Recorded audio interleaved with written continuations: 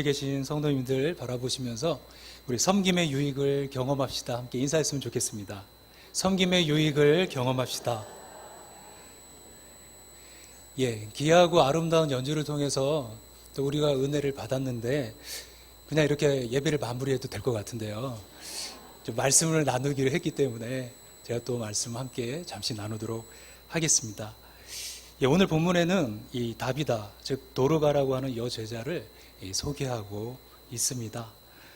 홀로 사는 여인으로서 그리스도의 사랑으로 외로운 이들을 위해서 한 땀 한 땀 사랑의 옷을 지은 구제의 어머니였고, 또 구석구석 필요한 곳에 이렇게 선행을 베푼 그런 봉사의 어머니였습니다.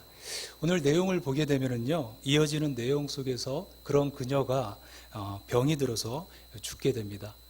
어려운 이웃들을 챙기고 돌보느라고 정작 병든 자신은 돌보지 못했던 것 같습니다.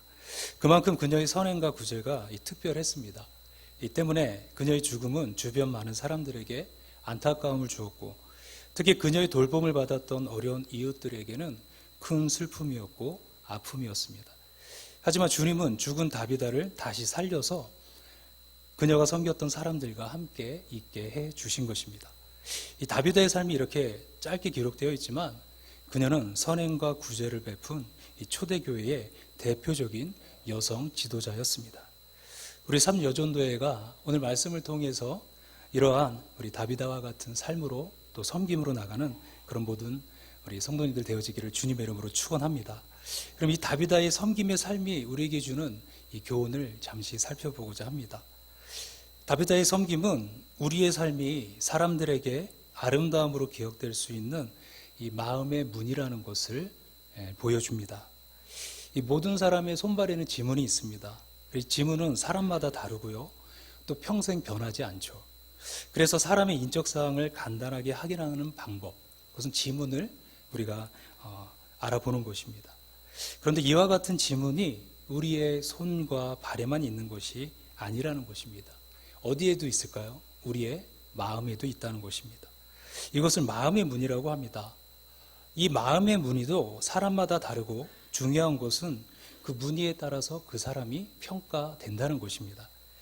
예를 들어서 선한 사람, 아름다운 사람, 다시 만나고 싶은 사람, 영원히 기억하고 싶은 사람, 이렇게 말입니다.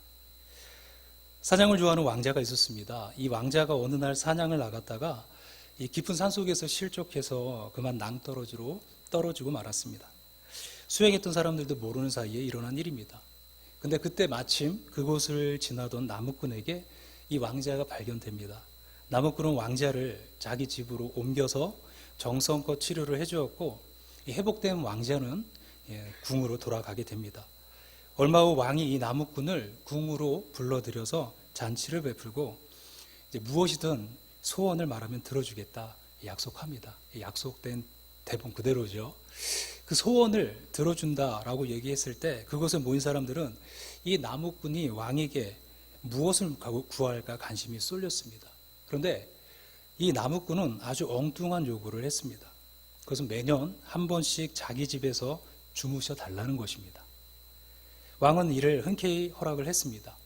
1년에 한 번씩이지만 그날로 왕궁에서 그 나무꾼으로 집까지 왕이 다닐 수 있도록 길이 새로 만들어지고 왕이 머물 수 있는 집이 마련되었습니다. 식사를 준비하는 요리사에서부터 이제 왕이 머물 집을 지킬 군사들이 준비되었습니다. 그래서 이 나무꾼의 집은 왕궁처럼, 나무꾼은 왕처럼 대접을 받으며 살게 되었다는 것입니다. 나무꾼의 지혜가 돋보이는 이 이야기는 눈앞의 이익보다 먼 미래를 보며 살라는 그런 교훈을 줍니다. 현실만 바라보는 사람은 꿈을 꿀 수가 없다는 것이죠. 동시에 본문에 다비다처럼 섬김의 삶이 다른 사람들에게 아름답게 기억되는 마음의 문의임을 교훈하는 이야기이기도 합니다. 섬김이라고 하는 작은 행위가 왕과 나무꾼을 이어주는 중요한 고리가 된 것입니다. 이것은 나무꾼의 행동이 왕의 마음에 깊이 각인된 것을 의미합니다. 섬김은 마음의 문의입니다. 사람들의 마음에 가장 강하게 각인되는 문의입니다. 다비다는 어려운 이웃들을 선행과 구제로 섬기는 마음의 문의를 가졌고, 사람들은 그녀의 아름다운 마음의 무늬에 감동하고 있는 것입니다. 우리 역시 섬김이라고 하는 아름다운 마음의 무늬를 간직할 수 있기를 바랍니다. 특별히 우리 오늘 헌신 예배로 나아가는 삼려전도의 모든 회원들께 이런 마음의 무늬가 새겨지기를 주님의 이름으로 다시 한번 축복합니다. 우리 주님께서 오신 것도 이것을 위해서 오셨고 친히 몸으로 보여주셨고 이것을 위해서 죽으셨습니다. 그리고 우리에게도 주님처럼 살 것을 명하십니다. 두 번째로 섬김은 장차 주님 앞에 섰을 때 살아온 우리의 삶에 대한 이 보증입니다. 이 성경은 두 종류의 심판을 말씀합니다. 하나는 구원의 심판입니다. 다른 하나는 행위의 심판을 이야기합니다. 우리 성도들은 이미 구원의 심판을 통과한 사람들입니다. 하지만 우리가 행위의 심판이 남아있음을 알아야 된다는 것입니다. 이 행위의 심판을 결정하는 것은 무엇입니까? 바로 현재의 삶입니다. 지금 얼마나 풍성하게 베풀고 나누며 섬기고 사랑하며 사느냐가 중요한데 우리는 주님 앞에서 그것을 보여줄 수가 있어야 한다라는 것입니다. 그 보증, 곧 증거물이 바로 내가 이 땅을 살면서 베풀고 섬겼던, 사랑하고 돌보았던 그 사람들이고 그 일이라는 것이죠. 본문 39절을 보면 다비다에게 은혜를 입었던 사람들이 다비다가 자신들에게 지어준 속옷과 겉옷을 베드로에게 내어 보여주고 있습니다. 이 속옷과 겉옷은 지금까지 살아온 이 다비다의 삶에 대한 증거물들이고 그녀의 죽음을 슬퍼하며 이것들을 보여주고 있는 가부들은 다비다의 삶에 대한 증인들이었습니다. 이것이 장차 주님의 심판대 앞에서 우리가 경험하게 될 모습입니다. 장차 내가 주님 앞에 섰을 때 나의 선한 삶을 보증해 줄 수 있는 사람이 과연 몇이나 될까요? 지금 내가 섬기고 있는 이 일, 그리고 섬기고 있는 이 사람들이 천국에서 나의 생활을 결정할 중요한 보증인이고 보증물이라는 것입니다. 데살로니가 전서에서 바울도 비슷한 이야기를 합니다. 2장 19절과 20절에서 우리의 소망이나 기쁨이나 자랑의 면류관이 무엇이냐? 그가 강림하실 때 우리 주 예수 앞에 너희가 아니냐? 너희는 우리의 영광이요 기쁨이니라.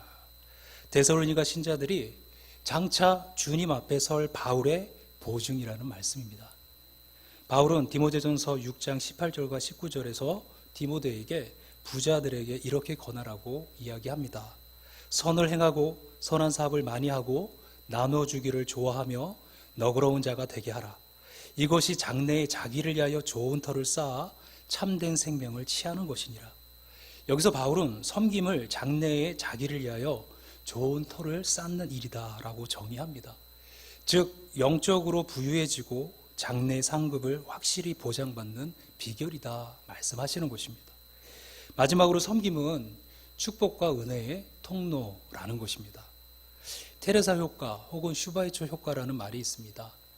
1998년에 하버드 대학교 의과대학에서 이 남을 돕는 활동을 통하여 일어나는 그 정신적, 신체적 그런 변화에 대한 연구를 했다는 것입니다. 그 결과 남을 위한 봉사 활동을 하거나 그들이 행한 선한 일을 보기만 해도 그 인체의 면역 기능이 크게 향상되는 것을 발견했다는 겁니다.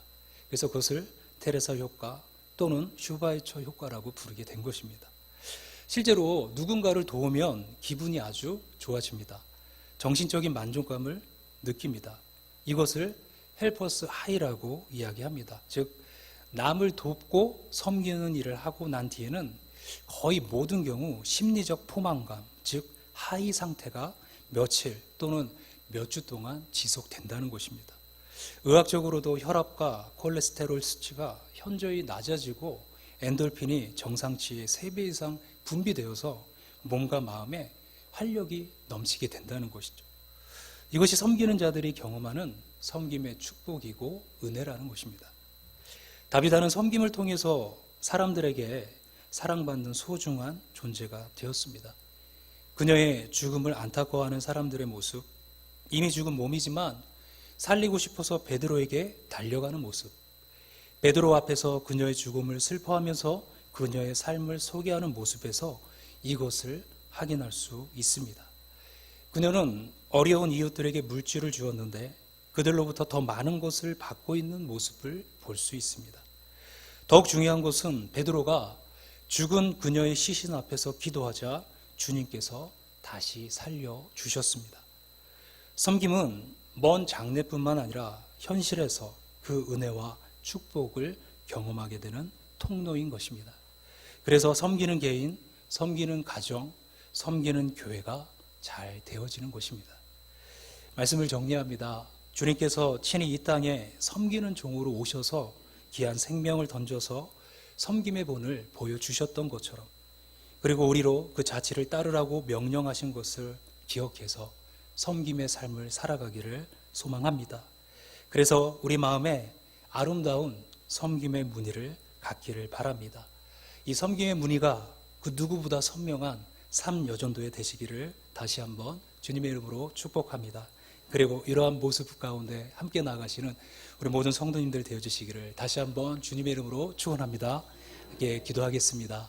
살아계신 하나님 아버지, 감사합니다. 오늘 우리의 삶 속에서 섬김의 모습을 갖게 하시고 이 섬김을 통하여서 하나님 앞에 우리가 그리스도인의 삶으로 더욱더 나아갈 수 있는 주의 자녀들 되어지기를 원합니다. 그래서 섬김의 무늬가 선명한 우리의 삶이 되어져서 주님을 만나는 그때에 영광스러운 우리 모두 되게 하여 주시옵소서. 주님 앞에 우리 모두를 의탁하오며 거룩하신 우리 주 예수님의 이름으로 기도합니다. 아멘.